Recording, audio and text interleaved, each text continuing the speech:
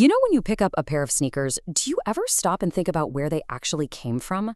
Well, there's this massive, high-stakes global race going on right now that decides exactly that.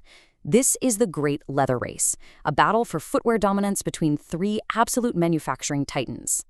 All right, so who's actually winning this thing? You've got the long-reigning champ, China. Then there's the lightning-fast challenger, Vietnam. And of course, the powerhouse of raw materials, India. Looking at the landscape right now, in 2025, one country has definitely pulled ahead, and I'm guessing the answer is going to surprise you. Okay, so here it is, the quick verdict. And wow, as of right now, Vietnam has taken the gold. I mean, look at this. They're the top exporter by volume, and their labor cost is it's rock bottom.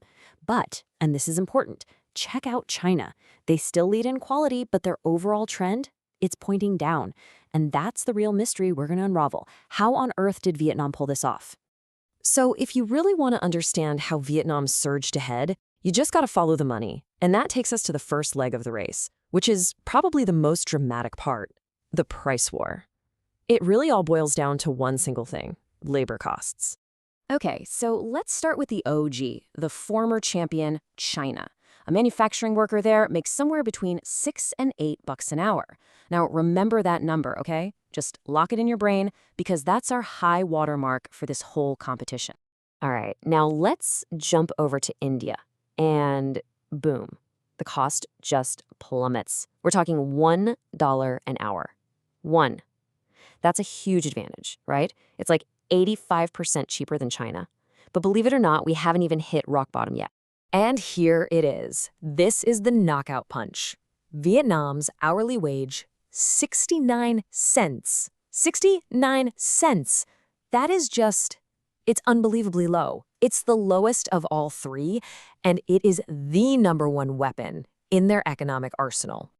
So what does a difference like that actually mean in the real world? Well, let's put it this way. If you have a factory with 1,000 workers, moving it from China to Vietnam saves you over $1.2 million, not per year, every single month.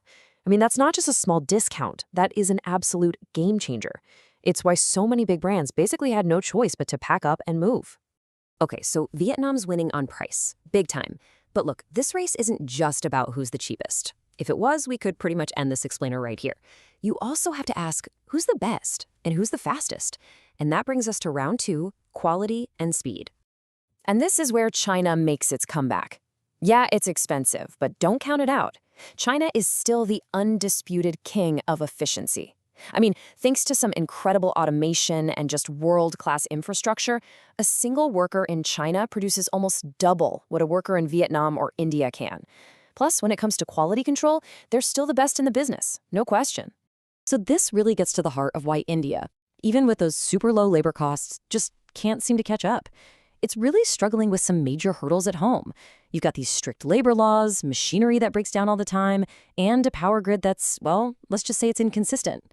All that means its factories are only running at 60, maybe 70% of what they could be.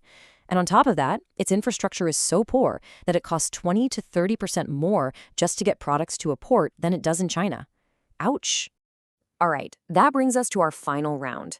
This is where we look past the basic numbers and dig into the unique strategic advantages. You could almost call them the secret weapons that each country has up its sleeve. And what a clash of strategies this is. It's fascinating. On one side, you've got India's raw power.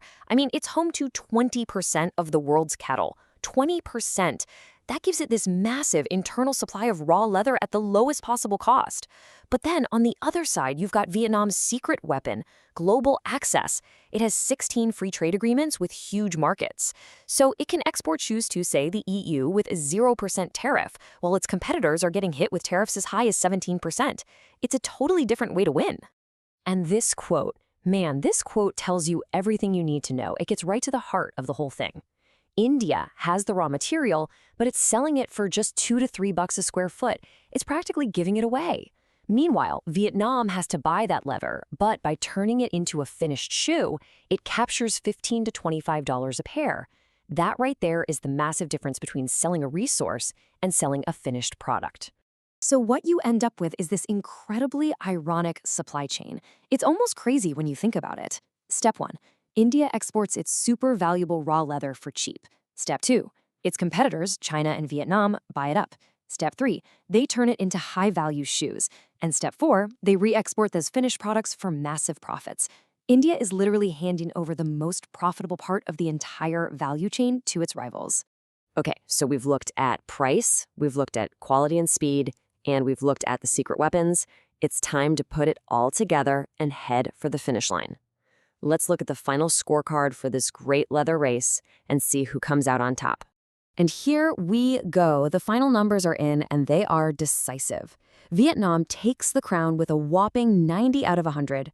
And just look at how it got there. A nearly perfect score on cost and perfect scores on market access and growth.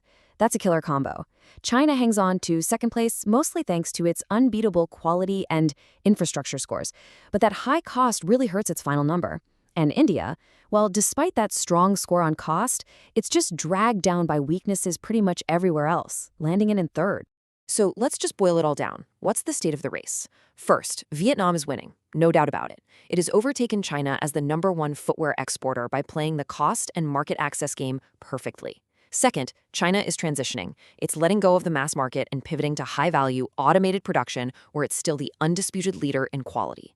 And third, India is the great underperformer. It has all the raw materials and cheap labor in the world, but it's just failing to capitalize because of those infrastructure and productivity problems. And if we look down the road, this whole trend is only going to get stronger. By 2027, Vietnam's exports are expected to rocket past $30 billion. Fast forward to 2030, and the projections show it just completely dominating the mass market. We're talking over $40 billion in exports. At the same time, China will have settled into its new role as a premium goods specialist. And India, well, unless there's some major reforms, it's likely going to stay a pretty small niche player on the world stage. And all of this leaves us with one final and I think really powerful question. India has everything it needs. It's got the raw materials, it's got the low-cost labor, it's got this massive workforce. All the pieces of the puzzle are right there on the table. So the big question is, what is it going to take for this sleeping giant to finally wake up and claim its spot at the top?